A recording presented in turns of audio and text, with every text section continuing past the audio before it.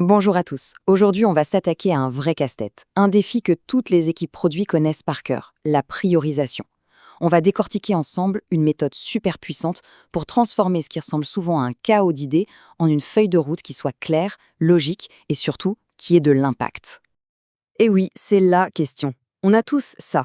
Un flot continu de nouvelles idées, de demandes clients, d'opportunités techniques. C'est génial. Mais en même temps, nos ressources, elles, ne sont pas infinies. Alors, comment on fait le tri? Comment on décide sur quoi concentrer nos efforts pour vraiment faire la différence?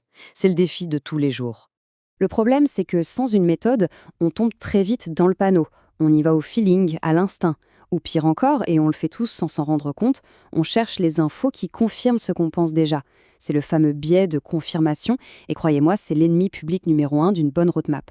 Alors, pour y voir plus clair, voilà notre plan de match. D'abord, on va explorer ce fameux piège des priorités. Ensuite, on va décortiquer la méthode RICE, la mettre en pratique avec un exemple concret, et surtout rester bien jusqu'au bout, car la dernière partie est capitale. On verra comment aller au-delà du simple score pour prendre des décisions vraiment intelligentes.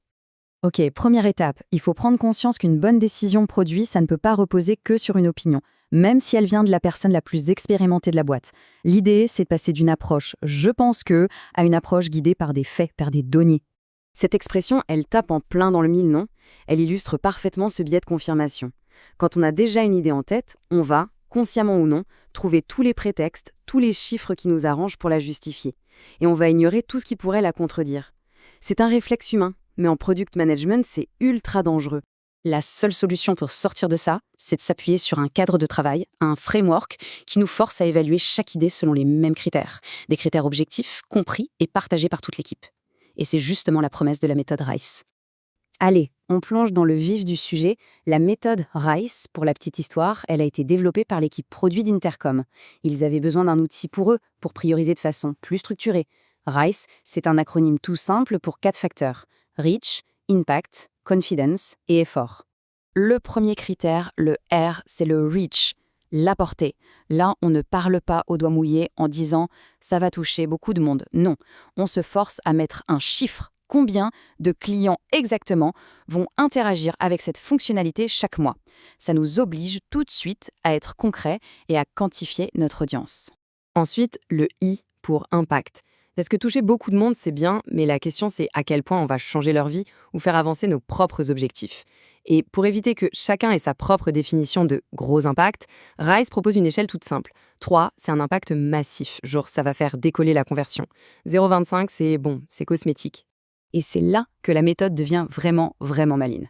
Le C, c'est pour confiance, la confiance. Ce facteur nous force à être honnêtes avec nous-mêmes. Est-ce que mon estimation d'impact se base sur des données solides, une vraie étude utilisateur? Ok, 100% de confiance. Est-ce que c'est plutôt une intuition, une conviction personnelle? Alors on sera plus proche de 50%. Ce critère vient pondérer notre score en fonction de notre niveau de certitude. C'est génial. Et enfin, le E pour effort. Tout simplement, c'est le coût du projet.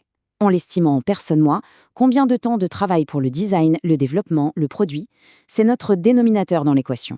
Logique, à impact égal, on choisira toujours le projet qui demande le moins d'efforts.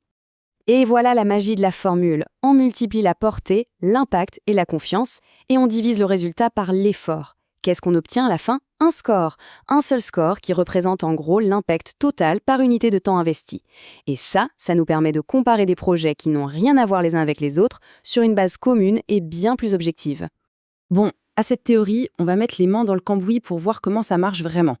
Prenons un exemple, disons avec l'application de réservation de restaurant de Fork. Imaginons qu'on veuille réduire le nombre de clients qui ne se présentent pas au restaurant. On a 3 idées. Idée 1. Un simple rappel par SMS. Ça touche 1500 personnes, impact jugé élevé. 2. On est super confiant, 100%, et ça prend 2 semaines. Idée 2. Des pénalités financières. Impact potentiellement énorme, 3, mais on est moins sûr que ça marche, 80%, et c'est bien plus lourd à développer, 6 semaines. Et la dernière, une petite notif de retard avec des chiffres bien plus modestes. Et là, le verdict est sans appel. Le rappel par SMS obtient un score RICE de 1500. Il écrase littéralement les 2 autres projets. C'est l'exemple parfait d'un projet qui, sur le papier, est peut-être moins sexy, mais qui est bien plus sûr, moins coûteux, et qui au final est la meilleure priorité du moment. Mais attention, Rice n'est pas une recette de cuisine à suivre à aveuglement. L'entreprise Partout, par exemple, a très bien su l'adapter. Chez eux, le reach ne se compte pas en utilisateurs finaux, mais en nombre d'établissements clients. Et leur impact est directement branché sur leur indicateur clé, leur North Star métrique. C'est ça la clé du succès, s'approprier l'outil pour qu'il colle à notre réalité. Et on arrive maintenant au point le plus important de tous. Ce qu'il faut absolument comprendre, c'est que le score RICE, ce n'est pas la vérité absolue. C'est un guide, un outil pour nous aider à réfléchir, mais ce n'est certainement pas un oracle magique qui décide à notre place. La réponse, c'est un grand non, absolument pas. Si on se contente de suivre bêtement le score le plus haut, on risque de faire de grosses erreurs stratégiques. Pourquoi ? Parce qu'un simple chiffre ne pourra jamais capturer toute la complexité d'un projet et de son contexte. Cette phrase, il faut se la tatouer sur le bras. Le jugement humain, la vision stratégique, la connaissance du marché, tout ça, ça reste irremplaçable. Le score RACE, c'est un super assistant, mais le pilote, ça reste l'humain. Il y a en gros 3 pièges classiques à éviter. Premier piège, un score de folie n'est pas un passe-droit. Si la priorité du trimestre, c'est l'acquisition de nouveaux clients, un projet de rétention, même avec un score RICE énorme, devra sans doute attendre son tour. Deuxième piège, on ne compare que ce qui est comparable. On utilise RICE pour classer des projets qui visent le même objectif.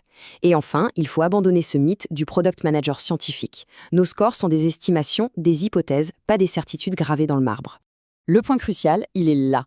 Le vrai pouvoir de RICE, ce n'est pas le chiffre en lui-même, c'est la conversation qu'il va lancer. Tiens, pourquoi on a mis une confiance si faible sur ce projet ? Est-ce qu'on est vraiment sûr de cet impact ? Le score, c'est un prétexte pour avoir les bonnes discussions stratégiques en équipe. Donc, pour résumer, le bon process, c'est quoi ? 1. On calcule le score, c'est notre point de départ, notre input. 2. On passe ces résultats au filtre de la stratégie globale et des objectifs du moment. C'est ça qui guide la décision finale. Et 3. On n'oublie jamais que ces scores sont vivants. Dès qu'on apprend quelque chose de nouveau sur un projet, on met à jour nos estimations. Pour conclure, la méthode RICE est un allié vraiment formidable. Elle nous aide à être plus rationnels, à défendre une roadmap de manière factuelle. Mais sa vraie force, c'est la discipline qu'elle nous impose et, surtout, les débats de fond qu'elle provoque.